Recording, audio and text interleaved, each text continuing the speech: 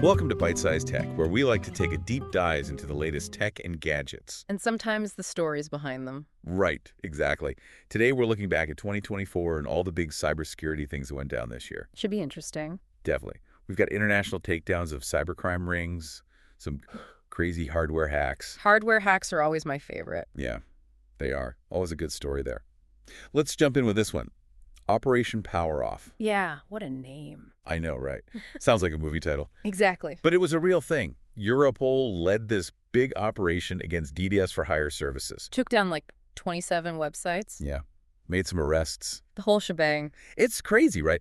What really got me, though, was the awareness campaign. Oh, yeah. They were using search engines, YouTube, to warn people about these services. Interesting. Yeah. So I'm curious, have you ever thought about how effective that actually is? Like trying to stop people from using these services that way?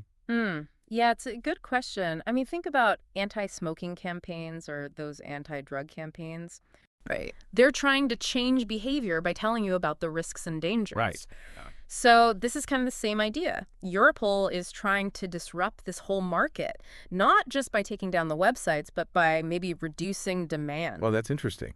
Yeah. Like hit them where it hurts their wallets. Exactly. But it makes you wonder what the long-term effect will be. Will people actually be deterred, or will these services just pop up somewhere else? It became a whack-a-mole. Totally. Okay, so speaking of things that can be hard to get rid of, let's talk about CVE 2024-49112. Ooh, yeah. This one was nasty. Yeah, a Windows vulnerability. A big one. Think about it this way. Imagine a phone book, but for computers on a network. Okay, I'm following. That's basically what LDAP is. It helps computers find the resources they need. Right. Makes sense. But now imagine that someone poisons that phone book. Oh, no. Right? And starts directing those computers to, malicious websites, dangerous places. Oh, that's bad. That's what this vulnerability could do. Give attackers remote control. And it had a CVSS score of 9.8. That's really high. Not good. Really shows you how important security updates are. Absolutely. Don't put those off. No kidding. Okay, let's switch gears a bit. This next one really surprised me. The AMD SEV SNP bypass. Ah, yes. This is a prime example of why cybersecurity can't just focus on software. Right. You gotta consider the hardware, too. The whole picture. Exactly, because even hardware can have vulnerabilities. And sometimes they're exploited using things you wouldn't expect. Like what? What did they use this time? A Raspberry Pi Pico. No way. Those little things. Yeah. And some pretty basic tools to bypass the security in some AMD processors. It's crazy what people can do with those Raspberry Pis. It really is. So wait, how does this attack actually work? Well, it's all about this I2C interface. Right. It handles the communication between different chips. Right.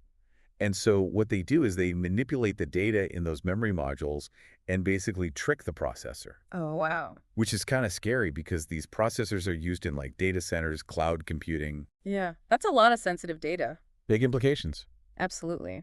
It's good that AMD acknowledged the vulnerability, though. Yeah. And provided some mitigation steps. Yeah, for sure. But it just goes to show that we need to be constantly innovating when it comes to hardware security, too. We can't get complacent. Yep.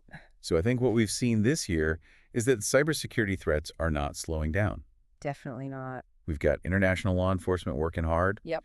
We've got vulnerabilities in software and even things like hardware, which we thought were more secure. It's a multifaceted challenge, for sure. Totally. So what do you think we're going to see in 2025? What's next for cybersecurity? What should we all be thinking about? Let us know in the comments. Yeah, let's hear your thoughts. And thanks for tuning in to Byte-Sized Tech. If you enjoyed the episode, like, comment, share, and subscribe for more fun tech discussions. See you next time. Bye.